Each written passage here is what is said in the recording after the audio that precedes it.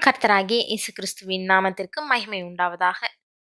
கர்த்தருக்குள் பிரியமானவர்களே, இந்த நாளுக்கான சிந்தனை பகுதியை நாம கொஞ்ச நேரம் எடுத்து சிந்திச்சு பார்க்கலாம். உலகத்துல உண்மையுள்ள நபர்களை பார்க்கிறது அரிதா இருக்குது இல்லையா?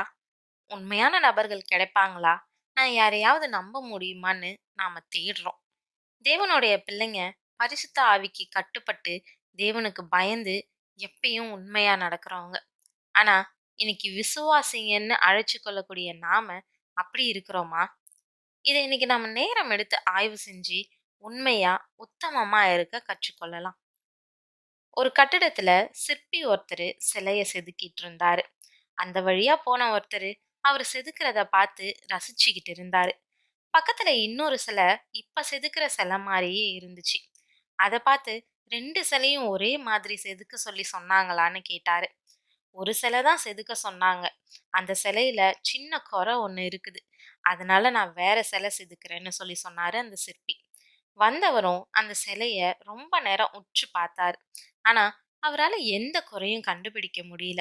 இதுல எந்த குறையும் இருக்கிற மாதிரி எனக்கு தெரியலையேன்னு சிற்பி கிட்ட சொன்னாரு. சிலைய முழுசா முடிச்சிட்டேன்.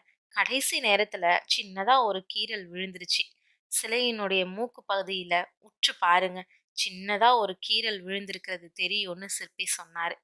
வந்தவரும் அந்த சிலைய நல்லா உற்று பார்க்கும்போது அந்த கீறல் தெரிஞ்சுது. இந்த சிலைய எங்க வைக்க போறீங்கன்னு சொல்லி கேட்டாரு. அது இருக்குதே 20 அடி தூண். அது மேலதான் வைக்க போறோம்னு சிற்பி சொன்னாரு.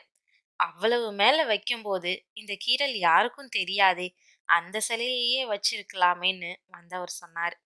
மேல இருக்கிறவருக்கு தெரியும்னு சொல்லிட்டு தன்னுடைய வேலையை தொடர ஆரம்பிச்சாரு சிற்பி. பிரியமானவர்களே, இப்படிதான் மோசே அவங்க தேவனால நற்சாட்சி பெற்றாரு. அவரை நம்பி எந்த பொறுப்பை கொடுத்தாலும் தேவனுக்கு முன்பா உத்தமமா இருந்தாரு. தேவன் விரும்பிய உண்மையுள்ள நபரா பயன்பட்டாரு. யாருக்காகவும் எதுக்காகவும் உண்மையை இழக்கவே இல்லை. என் தாசனாகிய மோசேயோ அப்படிப்பட்டவன் அல்ல. என் வீட்டில் எங்கும் அவன் உண்மையுள்ளவன்னு என்னாகமம் 12:7 தேவனே சாட்சி கொடுக்கிறாரு. ஆனா இஸ்ரவேல் மக்கள் கர்த்தர் வானத்திலிருந்து நோக்கி பார்த்து எல்லா மனுபுத்திரரையும் பார்க்கறாருன்றத மறந்தாங்க. பாவத்துல துணிஞ்சாங்க. அவங்களுடைய அவல நிலைய நம்ம ஏசாயா 29:15 வாசிக்கிறோம். தங்கள் ஆலோசனையை கர்த்தருக்கு மறைக்கும்படிக்கு மறைவிடங்களில் ஒளித்து தங்கள் கிரியைகளை அந்தகாரத்தில் நடப்பித்து நம்மை காண்கிறவர் யார் என்று அவர்கள் கொண்டிருந்த நினைவை தேவன் வெளிப்படுத்தினார். ஆம், நம்மை அறிகிறவர் யார் என்கிறவர்களுக்கு ஐயோன்னு வேதம் சொல்லுது. நீங்க எந்த பணியில இருந்தாலும் உண்மையா இருக்கிறீங்களா? உங்களுக்கு கண்காணிப்பு இல்லைன்றப்பையும் அதை பயன்படுத்தி ஏமாத்துறீங்களா? உங்களை நம்புறவங்களுக்கு நீங்க உண்மையா இருக்கிறீங்களா? நீங்க யாரையோ ஏமாற்றுவதா நினைக்கலாம். ஆனா அது உங்களை நீங்களே ஏமாற்றிக் கொள்றதா இருக்கும். தேவன் காண்கிறாருன்றத நாம மறக்க கூடாது.